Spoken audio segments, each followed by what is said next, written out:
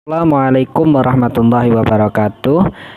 Bagaimana kabarnya teman-teman semuanya? Saya harap semuanya sehat ya. Eh, Baik. Di sini saya akan tentang menjelaskan tentang hasil diskusi kami, yaitu sebuah penelitian yang berjudul Analisis Pemanfaatan Media Pembelajaran YouTube dalam Meningkatkan Pemahaman Konsep Matematika Peserta Didik pada Materi Segitiga dan Segi 4 di MTS Miftahul Ulum. Untuk pendahuluan, jadi topik penelitian yang sudah kita lakukan itu tentang media pembelajaran. Jadi media pembelajarannya nanti bersifat dari YouTube. Mungkin kalian sudah tidak asing dengan nama itu ya. Dan untuk masalah penelitian yaitu kurangnya pemahaman konsep matematika siswa materi segitiga dan segi 4. Dan adalah masalah kritis yaitu menurut data FIPA dan hasil perolehan nilai rata-rata ujian nasional pada materi matematika tingkat SMP sederajat pada tahun 2015 hingga 2018 terus mengalami penurunan. Jadi dari dikatakan ini siswa-siswi itu mengalami gagal paham, tapi maksudnya banyak sekali siswa yang kurang memahami tentang matematika itu sendiri. Padahal sebelumnya mereka banyak yang mengatakan bahwa matematika itu sulit, matematika itu sangat menakutkan. Nah, itu menjadi masalah sehingga matematika ataupun nilai matematika itu tidak maksimal. Dan untuk menurut ahli, jadi menurut Zulhijjah tahun 2020, penggunaan media YouTube harus dapat memudahkan siswa dalam mencapai tujuan pembelajaran. Dan kemudian pendidik sebaiknya diarahkan untuk mencari video-video yang edukatif pada YouTube yang sesuai dengan materi pembelajaran. Karena video YouTube merupakan situs yang diminati oleh banyak peserta didik.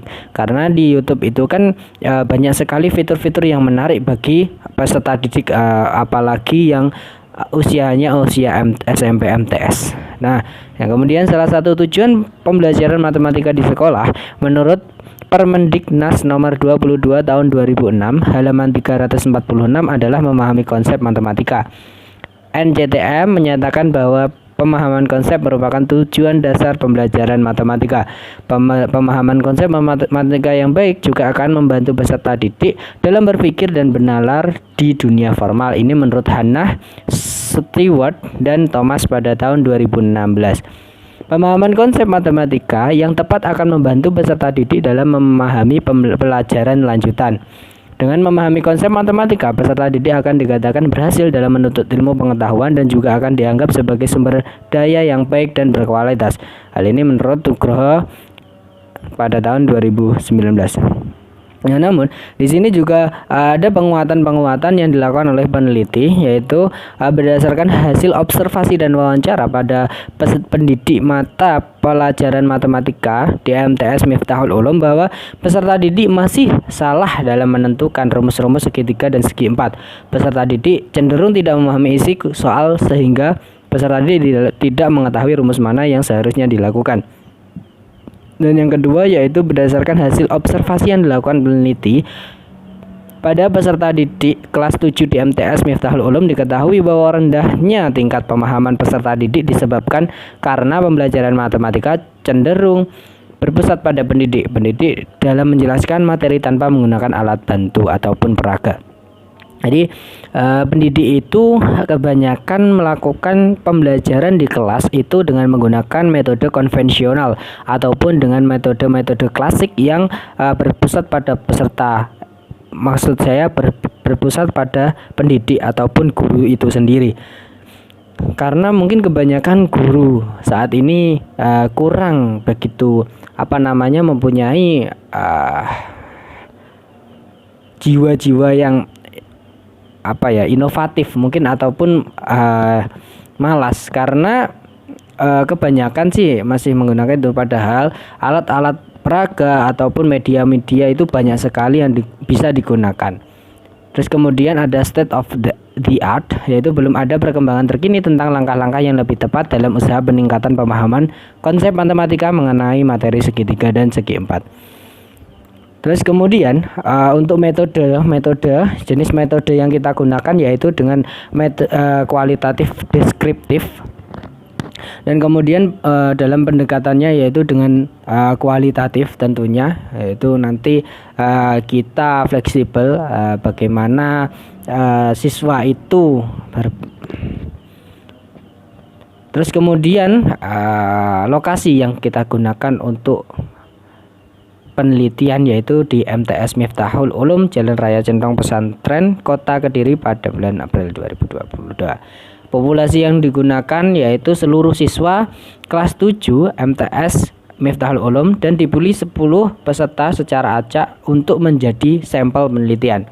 Jadi kita kita ambil 10 peserta yang digunakan untuk menjadi bahan penelitian kita.